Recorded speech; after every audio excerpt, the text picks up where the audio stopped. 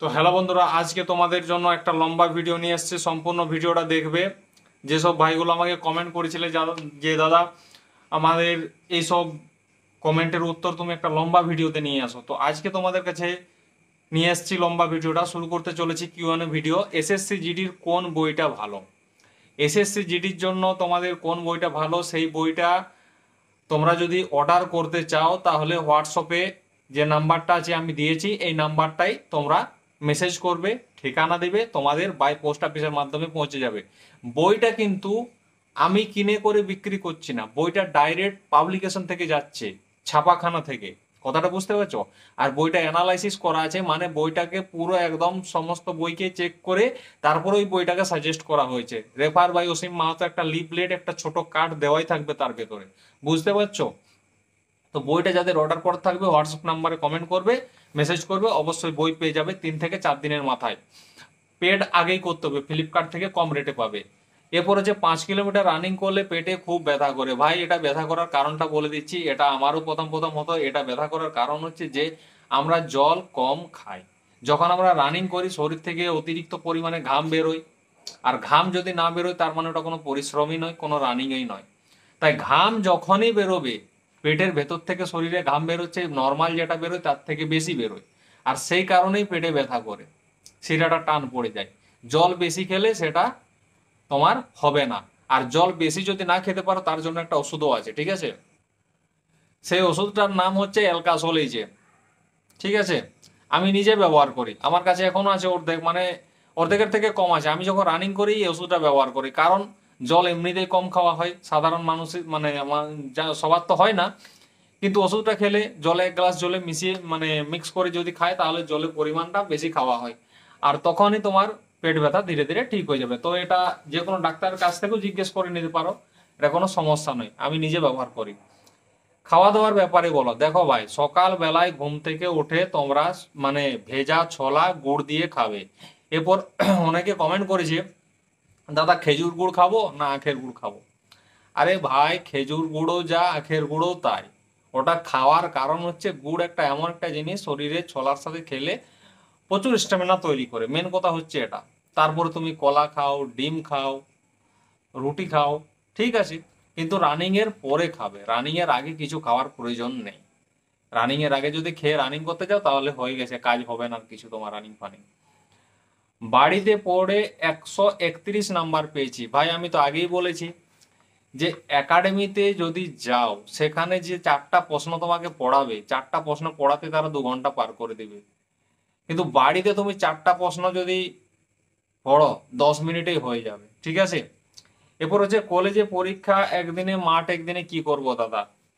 5 নম্বর প্রশ্ন এখানে, তো 5 নম্বর প্রশ্ন এখানে কমেন্ট করেছে যে ভাইটা। তো আমি বলবো দেখো, তোমার যদি পড়াশোনা কোয়ালিটি ভালো আছে তাহলে কলেজে দাও, না হলে যদি এসএসসি জিডি ভালো প্রস্তুতি নিয়ে রাখি মানে নিয়েছো তাহলে এসএসসি জিডির জন্য যাও।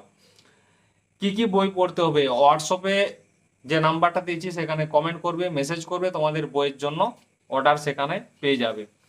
আর বইটা যখনই হাতে পাবে তুমি নিজে বইটা খুলে দেখবে, কাউকে দেওয়ার দরকার নেই। ভাই একটা কথা বলবো, 300-400 টাকা তুমি নিজে খরচা করছো, তোমার পাড়ার লোক খরচা করছে না, তো তুমি কেন লোককে বইটা ফটো পাঠাবে? দালালের তো অভাব নেই। তুমি বইটা কিনলে খরচা করে অন্য কেউ তোমার থেকে নিয়ে সেটা দোকান থেকে কেনার চেষ্টা করবে, মেন কথা হচ্ছে এটা। কিন্তু কিনতে গেলেও সে বেশি রেটে পাবে, তোমার ওই 300 টাকা রেটে পাবে না।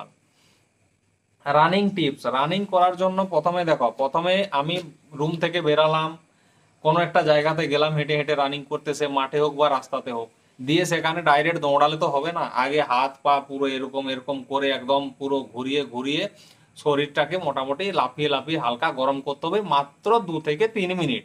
তারপর ধীরে ধীরে স্টেপ বাই স্টেপ রানিং শুরু করতে হবে। প্রথম থেকে ফুল স্পিডে করলে শরীরে টান পড়বে, একটা নর্মাল স্পিড ধরবে, জগিং এর থেকে একটুকু জোরে, জগিং তো আমরা সবাই জানি, জগিং এর থেকে একটুকু জোরে।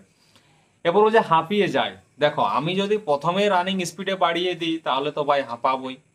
এটার জন্যই আমি বলছি যে প্রথমে জগিং করো হালকা, মিনিমাম 2 থেকে 300 মিটার একটু জগিং এর থেকে স্পিডে করো, তারপরে রানিং শুরু করবে। এবার যে ডোমিসিয়াল রেনুয়াল, ডোমিসিয়াল রেনুয়ালে কোনো মানে হয় না ভাই। ডোমিসিয়াল একটা ভ্যালু মানে টাইম দেওয়া থাকে, ভ্যালিডিটি টাইম 6 মাস 1 বছর, সেটা দেখে নিবে, সেই টাইমটা ওভার হয়ে গেলে নতুন বানিয়ে নিবে, সমস্যা শেষ। কোনো খরচা লাগে না এটা বানাতে খুব একটা। 30 মিনিট রানিং করতে অবস্থা খারাপ হয়ে যাচ্ছে। তাহলে দেখো এসএসসি নিয়ম কি আছে, 5 kilometre running 24 minute, first second third বলে কিছুই নেই। 24 মিনিটের মধ্যে তোমার যতগুলো ছেলে ঢুকবে সবাই রানিং পাস। 24-এর পরে যদি কেউ 25 মিনিট ঢুকে বা 24-এর পরে 24 মিনিট 10 সেকেন্ডে কেউ ঢুকে তাহলে সে রানিং এ ফেল। তো এখানে তোমাকে রানিং করতেই হবে যে কোনো উপায়ে 24 মিনিট, সে তুমি ধীরে করো বা মানে পা দাঁড়ানো চলবে না, পা বন্ধ করা চলবে না, তবেই তোমার হবে। ঠিক আছে, 6 মাস ধরে প্রস্তুতি নিচ্ছি 24 থেকে 25 মিনিট। দেখো ভাই 6 মাস ধরে নিচ্ছ, সবার শরীর তো সমান নয়। তোমাকে 100 মিটার রানিং করতে বলছি, তুমি 6 মাস ধরে করছো, তুমি তবু পাচ্ছ না। কেউ হয়তো দেখা গেল 1 মাস ধরে করছে, তোমার থেকে আগে পাচ্ছে, তার শারীরিক ক্ষমতা বেশি। করতে থাকো, মনের ভরসা রাখো, অবশ্যই হবে। আর তুমি যদি মনের ভরসা নিজেই হারিয়ে ফেলো তাহলে কারো কিছু করার ক্ষমতা নেই, আমি পরিষ্কার কথা বলে দিলাম। এবার যে ডোমিসিয়ালে ভ্যালিডিটি, দেখো ওখানে লেখাই থাকে 1 বছর না 6 মাস, তোমার কাছে যে সার্টিফিকেট আছে সেটাতে লেখাই আছে।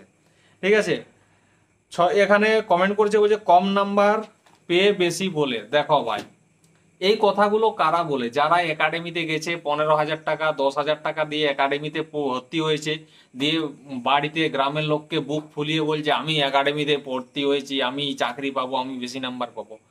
দেখা গেল 160-এর মধ্যে 40 নাম্বার পেয়ে বসে আছে, আর 15,000 টাকা মানে একদম যার নামে চলে গেল তার জলে।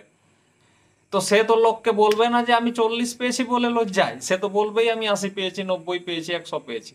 কেউ বাড়িতে পড়ে যদি কেউ 90 পায় আর কেউ একাডেমিতে গিয়ে 40-50 পায় তাহলে তার তো একটা লজ্জার ব্যাপার, এই জন্য বাড়িয়ে করে বলে। কিন্তু তাদের ক্ষতিটা কার? নিজের ক্ষতি। এই কাজ যারা করে তারা নিজেরাই বোকা। ঠিক আছে, এরপর আসছি পরের কমেন্টে। বলছে আরপিএফ নিয়ে ভিডিও বানাও, আরপিএফ এর পড়াশোনার বই। আরপিএফ এর পড়াশোনার বই সম্পর্কে তোমাদের যদি জানার থাকে ভাই তাহলে আমাকে হোয়াটসঅ্যাপ নাম্বারে কমেন্ট করবে, মেসেজ করবে। আরপিএফ এর বইও তোমাদের অ্যাভেলেবেল আছে। দেখো কতগুলো বই অ্যাভেলেবেল আছে, এসএসসি জিডি, ডাব্লিউপি, কেপি এবং তোমাদের আরপিএফ। আর এসএসসি জিডির ম্যাথ আলাদা বই আছে, জিকের আলাদা বই আছে, এটা মনে রাখবে। তো প্রত্যেকটা বইয়ের জন্য যা দরকার সেটা কমেন্ট করে লিখে দিবে, ঠিকানা দিয়ে দিবে, পেড করে দিবে, বই ডাইরেক্ট 3 থেকে 4 দিনের মাথায় পেয়ে যাবে।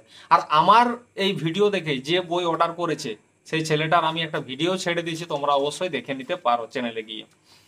ঠিক আছে, এখানে বলছে যে ভিডিওতে মিথ্যা কথা বলে অনেকে, দাদা এটা কি করব?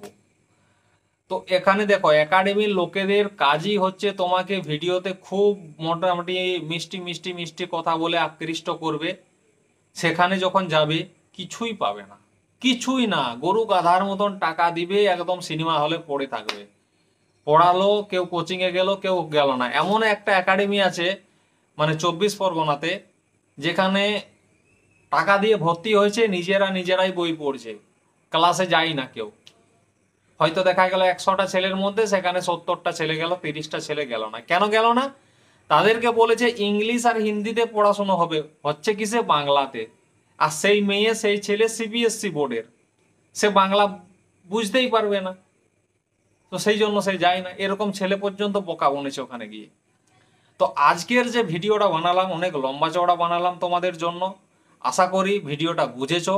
একবার না পারলে বারবার দেখবে, তাহলে কথাগুলো বুঝতে পারবে।